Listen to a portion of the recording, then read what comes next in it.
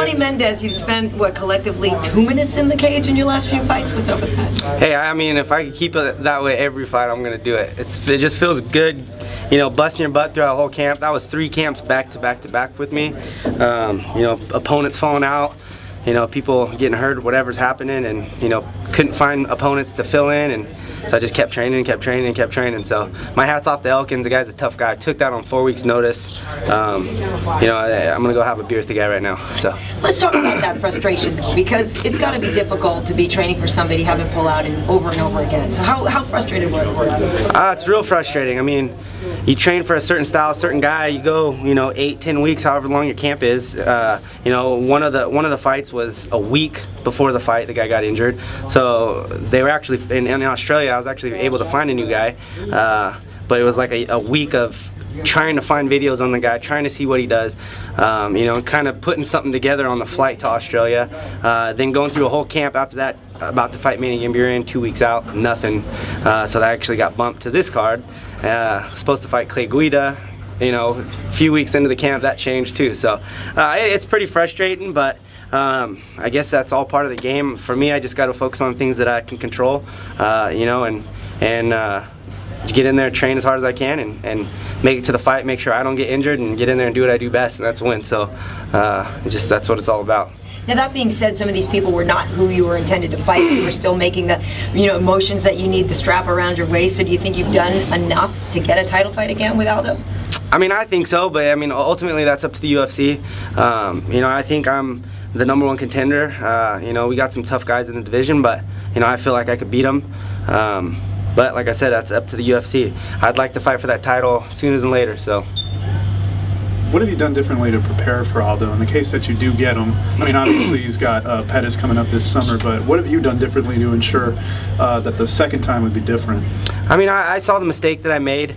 You know, it was short time, and, you know, we've worked on it, and I've made a conscious decision in my mind to not do that when I'm sparring and when I'm training. So, you know, overall I thought I was winning the first round. I just made a mistake right at the end, and you know, I'm going to go in there, I'm going to train like I do for every fight. You know, Aldo is evolving just like I'm evolving. You know, every camp's going to have to be a little bit different, but you know, overall I'm going to stick to what I do best. You know, we got Dwayne Ludwig in there. We got, you know, I think that was the missing puzzle piece for our team. You know, just coming up short for those title shots, and, you know, now that he's in there, I mean, we've been killing it, and, you know, it's helped our team out tremendously, so I'm pumped. And Ryan was joking just a little while ago, you guys are making him look really, really good. I mean, is he really that piece that's going to take you guys to the top? Oh yeah, I mean, he's a huge asset for our team. I mean, he's a great coach, great person. You know, the system that he has is something that we just lacked. You know, we never had the head coach, you know, someone that is as passionate as he is about the sport, about teaching, about us learning. You know, and that, I think that's huge for any type of sport.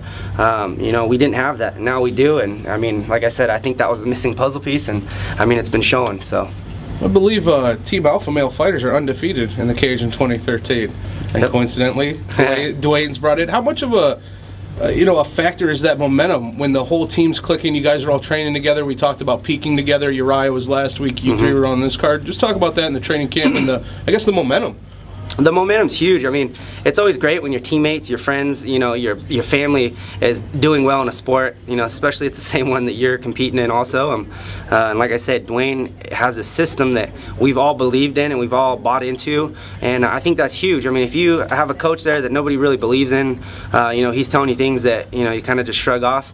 I mean, I think that's going to show when you actually step in there and compete. You know, and we all bought into a system. We all believe in him. We trust in the stuff that he's teaching us. It's going to work. And you know, his style is great for us because he doesn't have a cut and dry style. You know, he sees how our body styles are. You know, what works for us because everybody's different, and goes off that. I mean, he doesn't say this is how you do it and it's wrong if you don't do it that way, you know, and I think that is probably one of the biggest things that's really helped our team. And he was one of those guys at the lighter weights that carried power. And now, is he kind of, what type of things is he passing off to you guys as you guys are finishing fights first round? Oh, I mean, he's definitely worked on our power. There's definitely ways to throw punches that, you know, we didn't do in the past. And, you know, I mean, I think it's been shown in the octagon. And I'm obviously not going to give the secrets away, but there's definitely some secret. Yeah, there's definitely some stuff we've fixed. And like I said, it's showed. So 3 fights in a row, you might get a title shot. If you do, it's going to take a while. It's going to be a while for 3 months, 4 months. Will you be willing to take another fight before that? I mean, obviously I hate sitting on the shelf. I mean, I like fighting, I like competing, but I mean, I want that title shot. I want a chance to get in there and fight him again. Whether it's, you know, whoever has the belt, I just want that belt.